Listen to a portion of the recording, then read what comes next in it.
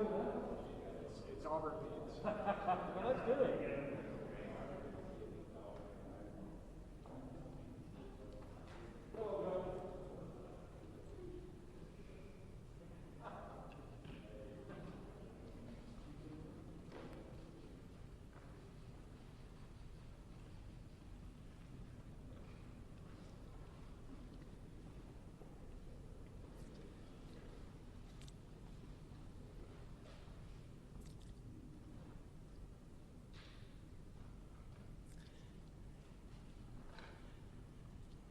I have to put my toys away.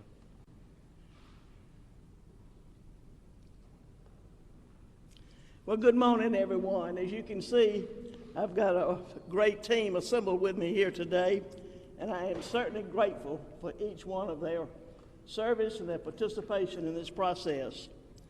I'm here to speak today about our stay-at-home order that expires Thursday, April 30th. First, we couldn't even be here talking about this order that expires if it had not been for the people of Alabama abiding by the regulations and guidelines, for their sacrifices, their patience, and their understanding during the last 6 weeks.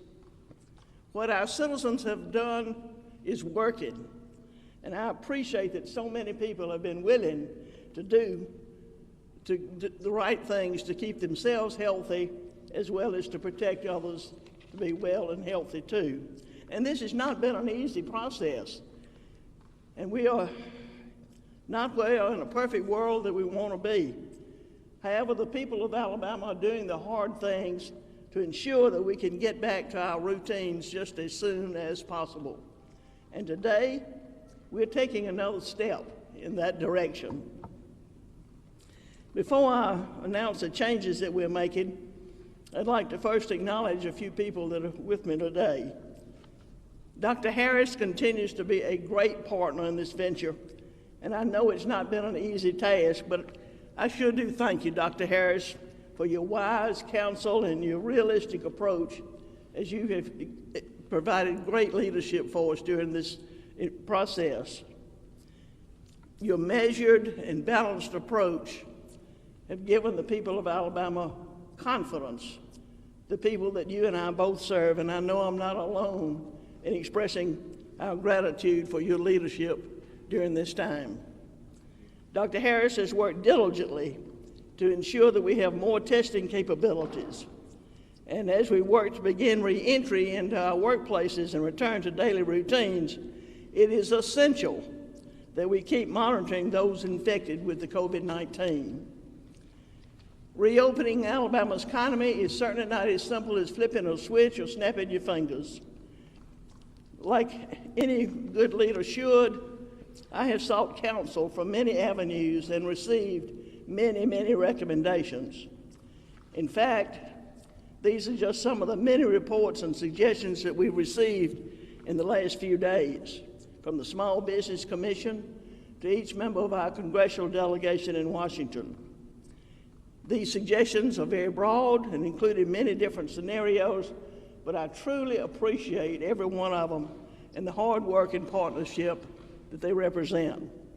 The 7 members of the executive committee of my coronavirus task force are here with me today, and these folks have been diligently working to help me incorporate these ideas into the plan. This executive committee, led by my finance director, Kelly Butler, has recommended to me a thoughtful, well-planned timetable on how we can open our economy back up.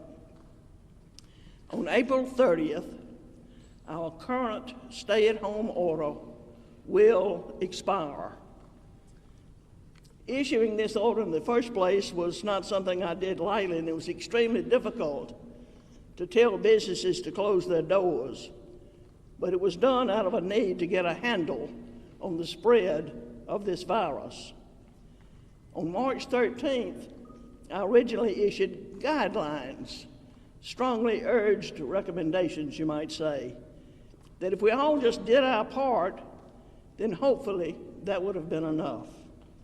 At that time, I spoke about my reluctance to issue a stay-at-home order because I've always known that if the government kills a business, Washington can't print enough money to bring it back to life. I offered a solution that was based on the information we had at the time to slow the spread and to mitigate the once predicted hospital surge. Folks, I believe that all business is essential and truly regret any suggestion to the contrary. No matter the size, if you are conducting commerce and providing a paycheck, you have tremendous value to our state. On March 13th, we selected a list of specific businesses to remain open based on their risk of spreading the virus due to specific functions. Our intent was never to pick winners and losers, as some have wrongly suggested. We entered a safer at home recommendation on March 27 that we hoped would eliminate the need for a stay-at-home order. But unfortunately, it did not. For that reason, we enacted a stay-at-home order on April the 4th due to the continued spread of the virus and the fear of hospital surge. As of this week, we no longer believe our hospitals will see an overwhelming amount of ICU patients who need ventilators as we once believed, and that is sure good news for sure. While we have not seen a decrease in the amount of newly diagnosed COVID-19 patients, we have seen stabilization, a leveling off, if you will, in the amount of cases. Like everyone else, I look forward to easing back into our routines with caution. Just like we eased into this current stay-at-home order, we will also be thoughtful and careful as we ease back into our social interactions. Today, I am announcing that we will once again enter a safer at home order that will still require social distancing and urge our people to continue taking all health precautions necessary as some people will return to the workplace. And while maintaining focus on our personal health, it's now time that we also focus on our economic health. And this too will be a thoughtful, methodical process. My fellow Alabamians, I am pleased to say that because of the efforts during these unprecedented days, we can roll back many of the restrictions that have been placed upon certain social gatherings and businesses. On April 30th at 5 p.m., our safer at home order will go into effect. All individuals, and especially vulnerable persons, are encouraged to exercise personal responsibility in slowing down the spread of COVID-19 by minimizing travel outside the home. You will be urged to wear face coverings around people from other households when you leave your house. Obviously, no one's going to arrest you if you don't, but it's just good, sound medical advice, and it's for your safety as well as for the safety of those with whom you come in contact. You are also urged to continue proper hand washing and other common sense hygiene. All non-work related gatherings of 10 persons or more, or non-work gatherings of any size that cannot maintain a consistent 6-foot distance between persons are prohibited. However, some top-level changes in this new order are as follows. Employers should take reasonable steps for employees to avoid gatherings of 10 persons or more, to practice social distancing, and make strong efforts to disinfect their office space.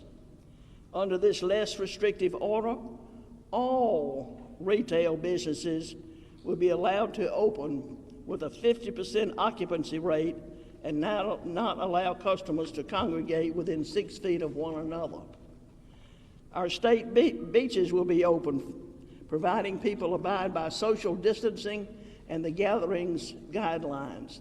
And the mayors of our coastal towns have assured me they will take the lead and be proactive in enforcing the gathering guidelines. Elective medical procedures can resume if providers take reasonable guidelines from their state regulatory boards or CDC guidance. My fellow Alabamians, let me be abundantly clear. The threat of COVID-19 is not over. We're still seeing the virus spread, and all of our people are susceptible to the infection. The greatest disservice for the people who might be watching me here today is to think that by lifting the comprehensive health restrictions, that this must be a sign that there's no longer a threat of COVID-19. Folks, we must continue to be vigilant in our social distancing both today and for the foreseeable future. And I encourage everyone to practice productive teleworking if possible, and be as innovative as you can as you open your workplaces. Ensure you're taking every precaution while getting back to work. It's certainly been a challenging month for sure, but better days are ahead of us, I'm sure of that. And I just want to thank the people of Alabama for being disciplined and patient as we move into what I hope will be a better season for our state. Now let me call on Dr. Harris to give his update. Dr. Harris.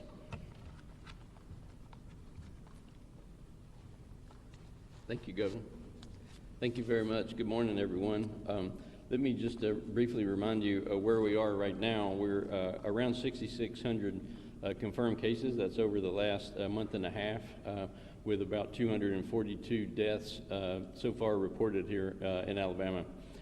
Like we have mentioned to you before, we see that our African American Alabamians are disproportionately represented in those deaths. They represent close to half of those deaths, and that is because we believe this disease does have a predilection for people that have chronic health problems, diabetes and heart disease, and seniors, and so on. And so we recognize that these are still vulnerable people that we still need to protect. And also, I certainly do agree it's very reasonable for us to begin a gradual opening like this. I really appreciate Governor Ivey and what she has done on this. This has just been really, really difficult decisions, and she's done a terrific job of keeping everyone safe and trying to balance all those factors that are important. We believe there are certain types of activities that it is safe for Alabamians to resume. Clearly, people certainly do need to return to work, and we want to make that as safe as we possibly can do. We feel like we have seen a number of improvements recently, as the governor mentioned to you. Our case numbers are relatively flat. We are somewhere around a couple of hundred cases a day. Over the past few days, we've seen numbers of about 148, 209, 189, 261, and so on. So we occasionally are a little higher, a little lower, but tend to stay around that baseline of around a couple of hundred cases a day. The deaths that we have seen have been fairly flat as well. We continue to see some of those, unfortunately, but they're certainly not accelerating at those rates like we saw earlier on. We're very pleased at how hospitals have been able to preserve their capacity. They have not had ventilator shortages like we had thought, or when they have had that short term, they've been able to share among themselves and manage that. We do have adequate ICU beds and the ability to care for people within the four walls of the hospital, and have not needed the alternative care sites that we had prepared for. So all these things are very encouraging to us. We've mentioned more than once to you about the White House gating criteria for moving to a phase one opening of the economy. We have met two of those three gating criteria. We have not met all of those criteria. We feel good about the criteria related to symptoms, the criteria related to hospital capacity. We have yet to meet the 14-day sustained decline that is recommended in those guidelines. And I would say for that reason, we are not proceeding to the full phase one opening consistent with the White House plan. The White House plan suggested opening entertainment venues and gyms and restaurants and a number of other things that we're not doing at this time. But we do think what the governor mentioned to you earlier is exactly the right approach. It's a very gradual and reasonable way for us to safely get people back to work and get the economy going again. And we will continue to monitor the case numbers that we have, and as people get back to work and get back out in public again, we certainly hope they can maintain the things that they need to do to keep us all safe and healthy. We believe that a gradual reopening makes a lot of sense, but as Governor Ivey mentioned, this really is up to the people of Alabama to keep doing the right thing as they have been doing so far. I have appreciated so much the efforts that I've seen from people. So many folks have really done their very best to make sure that they're keeping themselves safe and keeping their family members safe, and we realize that has been done at great personal cost for many of them. And so even as we open things back up, we need to continue to ask Alabamians to work with us, to continue to do things a little bit differently for the future. As the governor mentioned, we are going to recommend that people wear face coverings like this or like those that you can make at home when you're going to be out in groups of people that you're not related to, or when you can't maintain a 6-foot distance between people. For a number of reasons, this was not an order, but this is a very strong recommendation, and we think it's the right thing to do, and we want all of you to do that. This is the mask I wore in the car on the way up here, and this is what I wear when I go out for takeout, and I would encourage all of you to do those sort of things as well. Most importantly, please remember that we need to protect the most vulnerable people in our society.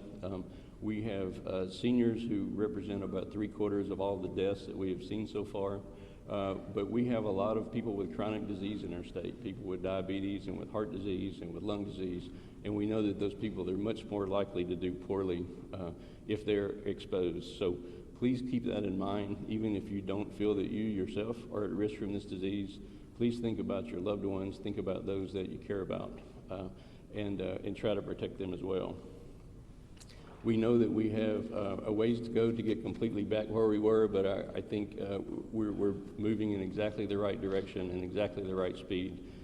We know there are some close contact professions out there that we have not addressed today. Those jobs where people literally put their hands on their customers are certainly a risk category that's different from other types of businesses, and we hope to be able to address that very soon. We know people continue to have a lot of questions about that.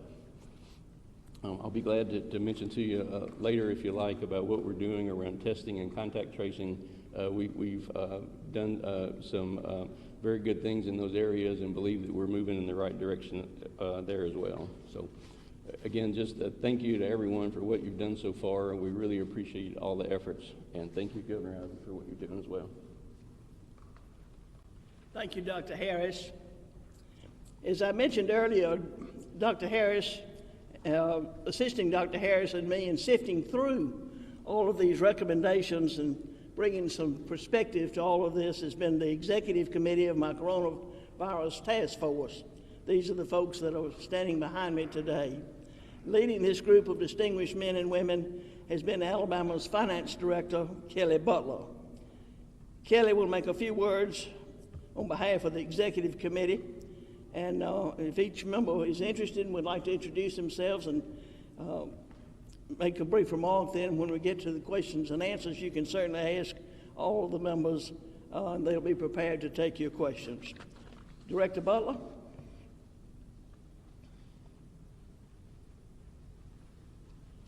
Thank you, Governor. It's a pleasure to be here this morning. I wanted to first thank you, Governor, and Dr. Harris for establishing this committee of very distinguished members of Alabama's community. We have 2 members who are medical doctors, accomplished medical doctors. Dr. Vickers is the current dean of the UAB School of Medicine, and Dr. Nancy Dunlop-Johns is the retired dean of the University of Virginia School of Medicine. We have business leaders that were part of this committee, including Mr. Tim Vines, President and CEO of Blue Cross, Secretary of Commerce Greg Canfield, President Pro Tem Marsh, and the Speaker McCutcheon, all very accomplished people. And as I like to joke, we had one accountant, which is me. I really believe that the makeup of the committee contributed to the debate that we had, the conversation that we had. The committee was able to draw on the expertise of these members draw on the medical doctors for expertise when it came to those issues, draw on the business leaders when it came to those issues, draw on the two highly elected state officials for all that leadership. And I believe that led to a careful approach in the committee's work, based as much as it could be on data and the expertise of the members. As the governor mentioned, we looked at volumes of information, including the Small Business Commission report, recommendations from the congressional district members, recommendations from legislators, business people, individuals. Our task was to review all that information along with the data on the fight against COVID-19 and make recommendations to the governor and Dr. Harris so that they could make the decisions they needed to make. The committee did produce a report and deliver that to them, and I believe that the process was helpful and useful, and I want to personally thank all the members of the committee for their time and effort that they put into this. And lastly, Governor, I want to thank you and Dr. Harris for your leadership throughout this and for your wisdom in seeking out guidance from as many people as you could. Thank you. Certainly we do thank the members of this committee for working so hard. Y'all poured through pages and pages and pages of documents and recommendations. Folks here in Alabama, 1 out of 2 adults in Alabama attend some type of church or religious worship service.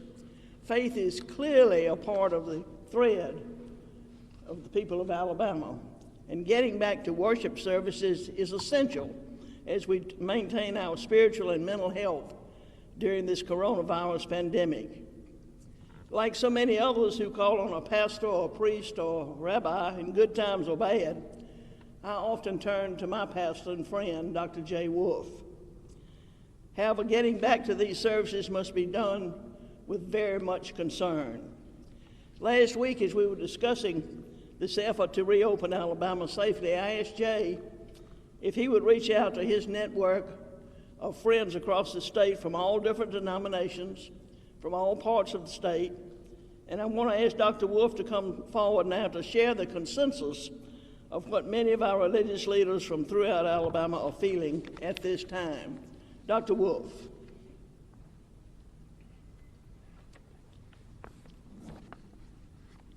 Thank you so much, Governor Ivey. We thank God for you and for allowing us the privilege of contributing to your decision-making process regarding reopening houses of worship in Alabama. Like you, Governor Ivey, we simply want to honor the Lord, help and protect God's people, and do what is right and responsible. Our task force was asked to provide for Governor Ivey some helpful and common sense considerations for reopening houses of worship across Alabama in accordance with the White House and CDC recommendations. These guidelines were compiled by a team of ministers, lay leaders, and medical personnel, and in particular, Dr. Don Williamson, who was the head of the Alabama Public Health Department for many years, was our primary guide. The process for reopening churches for large in-person gatherings must proceed gradually and in a measured fashion because COVID-19 has proven to be a highly contagious and very dangerous enemy. We must reopen in a way that will not inadvertently facilitate an outbreak of this virus.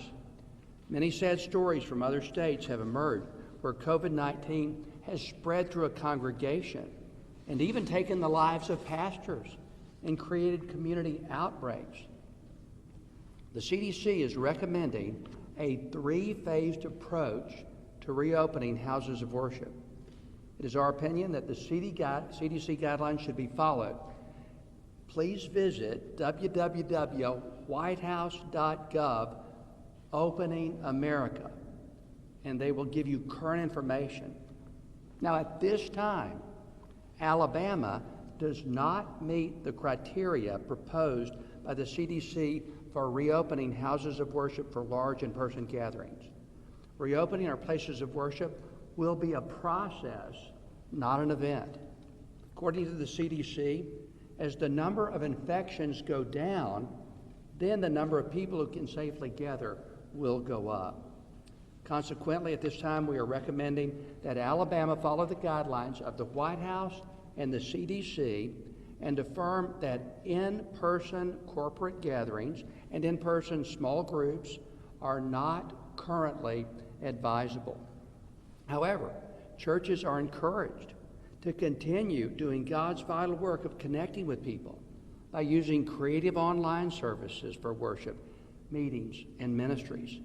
Let's keep connected to people through technology tools. Let's use innovative serving projects. Let's also use the highly effective drive-up worship services, but it is not yet safe and wise to gather in person. Now, when the number of new COVID-19 patients and infections decline, then in accordance with the CDC guidelines and timelines, larger in-person groups can safely meet. But to reopen at this juncture could facilitate outbreaks of infections that could tragically harm our neighbors and set Alabama's progress back. As we prepare to reopen places of worship in the future, which will be based on the standards specified by Alabama's public health officials, you are encouraged to consider and following the guidelines that are a helpful game plan designed to assist your congregation prepare for a safe reopening in the coming days.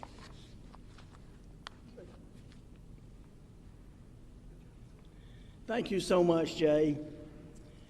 Now, before we open up for questions, let me go ahead and answer one question that I know is on y'all's minds today, and that is, what about restaurants and barbershops and others like that that have been closed? When will they be able to open? Well, first of all, when we started talking about what to reopen and what to close, I want to go on the record that I said to Dr. Harris that in my opinion, hairstylists, or at least mine, are essential to the functioning of state government. I look forward to getting back to my hair salon. On a serious note, we will be working proactively with the State Cosmetology Board, the Alabama Restaurant Association, and other boards and associations to address every business that is currently on our list of higher risk businesses that are still closed. Some of these are regulated by the health department, such as tattoo parlors and restaurants, but we know there are still more questions than we've got answers for today, like summer camps and gyms and bowling alleys. Y'all, today is the beginning of our new state Safer at Home order. Will be the first phase of what we hope and expect will be a multi-phase reopening of our state. And as I've said repeatedly, we know that what we are announcing today will please some and will make others frustrated that we're not going further at this time. But our job must be always to find the right balance, keeping our people safe and healthy, as well as focused on the economic health of the state. Now I'm happy to take your questions. Yes, sir. Governor, what role did our surrounding states play in you announcing this order today? I hadn't talked to any of my fellow governors from other states about this particular order. This has been developed with the input from our Small Business Commission, our congressional delegation, and constituents from their districts, as well as our executive committee behind me pouring through and fair to now. So this is an Alabama developed and Alabama prepared step we're taking today. Yes, sir. Dr. Harris, can you address, as you said before, the testing situation, in particular some of the disparities we've seen, particularly in rural areas like the Black Belt and the Wiregrass? Like what is the state of testing right now in Alabama? The question is, what is the state of the testing, especially in the Black Belt areas? And the Wiregrass, yes, ma'am. And the Wiregrass. Thank you, Governor. Yeah, we believe we've continued to increase capacity quite a bit. Our county health department teams are doing clinics in all of these counties, not every county every day, but they're traveling to do those in every county certain days of the week at least. We have been in discussions recently with our federally qualified health centers, our community health centers. You may be aware that nationally they were awarded about $400 million last week by Congress for COVID activities, and much of that we think can be used to work with testing and possibly with some other activities as well, for example, contact tracing as well. But we know that our FQHCs are located in most counties in the state, where a lot of people go to get their health care. And we think that they'll be excellent partners in helping us to do that. There have been some other initiatives. The governor's office has actually been working with Walmart, as you know, to do some mobile testing sites, and they've been doing that in Jefferson and Montgomery counties, but are also going to Dallas County, to Clark County, to Marengo County, I believe. And so they'll be providing some availability there. The real issue with testing is not the total amount of tests we have out there available in the state. If you add up all the capacity of all the labs, we probably have enough people to run tests, but it's really about access. It's about having the testing in the right place.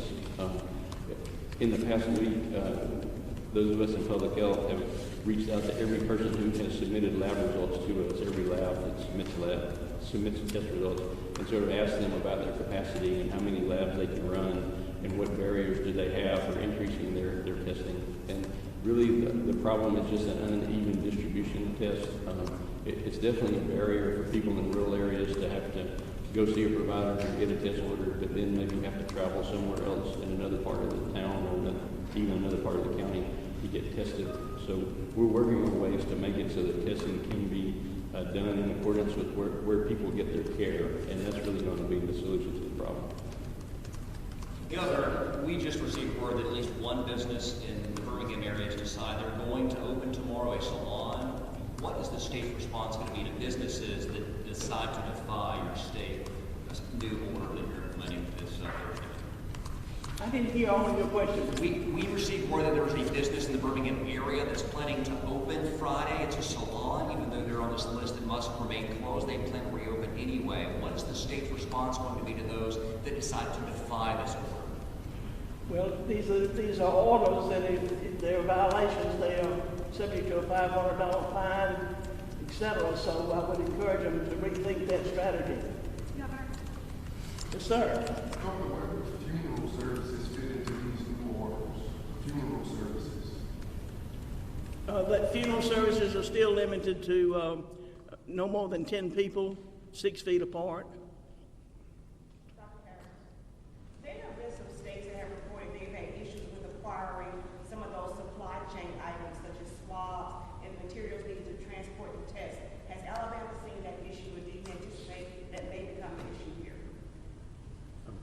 The question has to do with acquiring testing materials. I think that's been an issue for all states for as long as we've been involved in this response. We continue to have some supply chain issues, and we try to source those materials everywhere that we can. We wish we had better access to testing materials. We're doing the most with what we have. We are sort of working through our own channels, and the governor's office has a team that's been terrific in helping us find those products in places that we don't even know where to look in public health. So right now we're stable with that. We do feel like a lot of time we have sort of just-in-time inventory, like we're not sure if we can test tomorrow, but then at the last minute we manage a way to do that. So we've not had any complete interruptions, but it's still a bit of a issue every single day to make sure we have what we need. Mike? Governor, Dr. Harris, when will you reassess the issue of restaurants and barbershops and those type businesses? Will that depend on the 14-day decline? And also, how is that measured? Is that hospitalizations or is that number of new tests? The measurements are several criteria, not just one category of measures. So you look at vacancies of hospital beds, how many folks on ventilators or not on ventilators, ICU beds, etc. And so we look at a cluster of factors to measure things. We've already started making inroads to the Restaurant Association. They're going to be getting with us this week or first of next to provide some recommendations. So we'll be addressing beauty shops and restaurants very soon. Governor, how can the state ensure that employers are doing everything that they can in following the guidelines to keep employees safe and prevent them we trust the businesses of the state to be good citizens, and I believe that most of them are trying to do that and do what's right. And so I have not heard of anybody really personally complaining about not doing it. So I think our businesses owners are responsible, and they want to be healthy too, and they want their employees to be healthy. Governor, Yes, ma'am. is the amount of personal protective equipment available a factor in whether or not you're going to allow close contact surfaces and restaurants to reopen? Will the availability of PPEs? Yeah, is that a factor in whether or not you're going to allow those businesses to open up again? Well, I hadn't had my meetings with the restaurant folks yet, so that we'll certainly consider all factors, but we just haven't addressed that particular aspect of it yet. Governor, there's obviously people that wanted to go further than this and do something like Georgia. Is the reason that we're not going further because we haven't met all of the White House and gated criteria? I think Dr. Harris said we met 2 of the 3. Do we need to meet all 3 factors to go further? Well, we need to meet more of the criteria than we have thus far. And this is a beginning of a reopening effort. Once we reopen this, we're outlining with all retailers being able to have 50% open and have 50% occupancy, and limited access to our beaches, and press on with elective medical procedures. We'll see how this trend lasts, but we're moving forward. Let's see, gentleman back there in the white shirt. Governor, will there be a high school football season in 2020, and if so, will our high school athletic facilities be open for training in June? Well, high school facility, They have all-season training in weights and running and passing and throwing all through the summer to get ready for the August kickoff. Will there be a high school football season, and if so, who will be able to open those athletic facilities for the athletes? well, this is the end of April, and so we've got some time to track our progress as we begin this limited reopening. So we're hopeful, but I can't speak with specifics on that issue yet. Yes, sir. Question for Dr. Harris. Part of what a lot of experts are talking about is in terms of getting ahead of the disease, the tracing aspect, how things are going. Can you speak to that? Because we really haven't talked about that much. Sure. So the question has to do with contact tracing. I think most of you are aware of how that works, but contact tracing is something we have always done in public health for a lot of diseases. When we locate certain diseases of public health significance, particularly ones that spread person to person, then we get in touch with all of the people who are around that case and let them know that they may have been exposed and give them advice about what they can do or should do or to look out for. And so that's a really important part of what we do with COVID-19 because it is spread person to person. So with the 6,500 or so people that have been diagnosed so far, we have contacted all of them, and we attempt to learn from them who lives at home with them and what type of workplace they're in. And in many cases, we have to contact the workplace in case there are other exposures. You can imagine that this is an enormous task because every person may have dozens or scores of contacts that need to be traced. So what all states have identified is that the way really to get ahead of this is to make sure you're doing that on the scale that you need to do. You may have seen where Massachusetts, for example, just hired 1,000 people to do this sort of work for a state of that size. We are going to use a number of different strategies to do that. We have already moved a lot of our staff internally. I believe I've spoke to you all about it before, maybe last week, but we normally have less than 10 people who are doing a lot of this outbreak work for us. We've moved a lot of staff internally and now have between 50 and 60 people who are doing that work. But we have also got volunteers who are helping us from medical students, for example, or School of Public Health students as well, who can do that for at least for a while. We clearly will need to find some additional resources, and I mentioned a moment ago, we've had discussions with our community health centers about their ability to help us with that as well. There are phone banks that we use for a lot of survey work that have HIPAA-trained operators who are used to calling people and asking them questions and asking them about medical things that we can use kind of as we need to. And there are also some kind of really interesting electronic means that have been designed by some of our big tech companies in the U.S. and in the world. There's a product from Microsoft that I know Dr. Vickers knows a lot about. Google and Apple have a product that they've been working on. There are some others that we have looked at specifically, and that involves tracking people based on their cell phone and allowing them to put information in and who their contacts are so that they can be reached in a real efficient way. So ultimately, I think we'll probably use some of all of those strategies because we'll have to, until we have a vaccine or at least an effective treatment, we'll have to scale that up quite a bit for a while. So. The ADPH said about 2 weeks ago there were 120 people who were doing the contact tracing. If you look, there are about 6,000 cases. Obviously, simple math shows that that's just not enough. How confident are you that ADPH will be able to identify and isolate those infected so that we don't see another surge in the coronavirus once we start phasing in these businesses? I think we have a lot of concerns about that. It's very important that we're able to do that. And one of the distinctions we make when we get a new case is, do we have a new case that's linked epidemiologically to another case? That is, if you have an infected person, is it because we know they live in the house with someone who's infected? Because that's a case we can explain.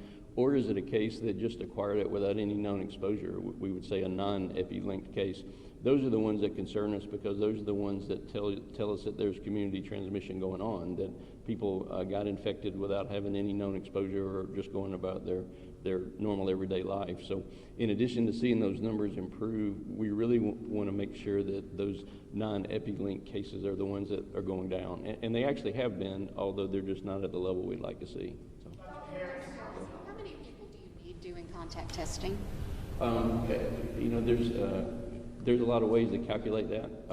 We need a certain amount of FTEs, which may not be a certain amount of people, and certainly doesn't mean public health employees, but we need hundreds of FTEs to do it. And there are certainly some turnkey solutions out there. There are companies that are just professional contact tracing companies that you can contract as you need to. And I think what we anticipate in the future is that we will probably be able to manage our workload with a certain amount of capacity, but we may see an occasional outbreak. If you have a nursing home infection, for example, or you have a workplace infection like we've seen recently, and then you may need to add that additional capacity like on a contract.